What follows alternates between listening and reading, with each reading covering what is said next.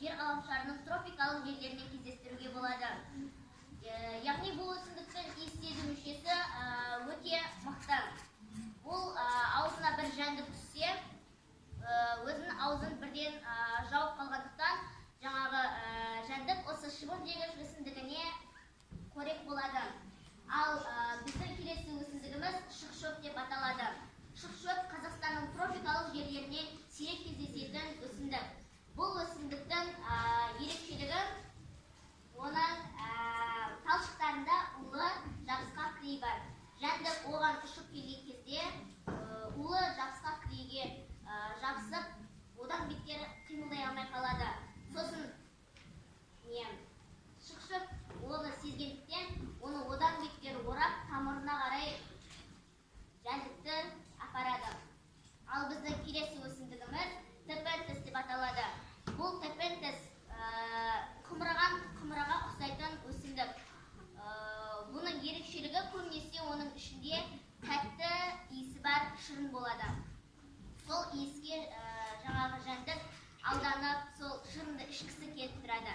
Шырынды ішкісі келіп тұрғандықтан, жәндік сол тепентестің ішіне кіріп бара жатқан кезде, сол шырынды ішіп жатқанда, жаңағы балауыз шырынды ішуге кедергі келтіреді.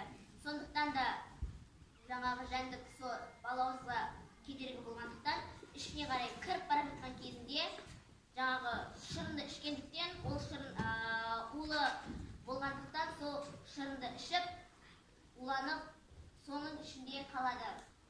Ал біздің келесі өсімдігіміз Дарлинг торио деп аталады. Дарлинг торио жапырақтары киімнің капюшонына ұстаған өсімдік. Оның биіктігі 1 метрге жетеді. Оның ерекшелігі, жәндік оның ішіне кіріп жатқан кезінде тайғанақ бір майға кездеседі. Сол май арқылы ішіне қарай сырғанап кіріп, тамырында солай қорек болып қалады. Ал біздің келесі өсімдігіміз аты белгісіз, себебі бұл өсімдіктің атын ғалымдар әлі тапқан жоқ. Негізінде бұл өсімдіктің ерекшелігі оған көбінесе көбелек немесе ара кіруі мүмкін. Себебі бұл өсімдіктің гүлге ұқсағандықтан ішіне қорек алу үшін кіреді. Жәндік кірген кезде бір су болады, сол судың иісі қатты бір улы болғандықтан, соның ішіне кіріп, газды улы ауаға кезігіп, соны иіскеп уланып қалады. Ал біздің келесі өсімдігіміз рефлезия деп аталады. Бұл өсімдіктің ерекшелігі бұл әлемдегі ең үлкен өсімдіктердің қатарында.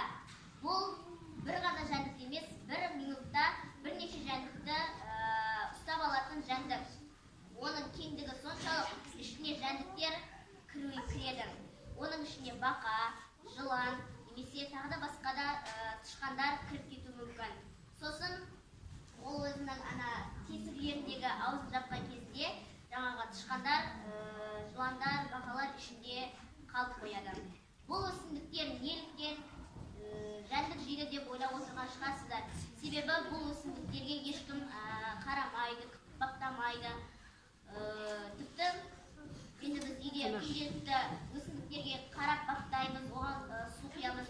Ал бұларға қарайтын ешкім жоқ болғандықтан, олар қосымша осындай жәндіктерді де қоса жейді. Рахмет.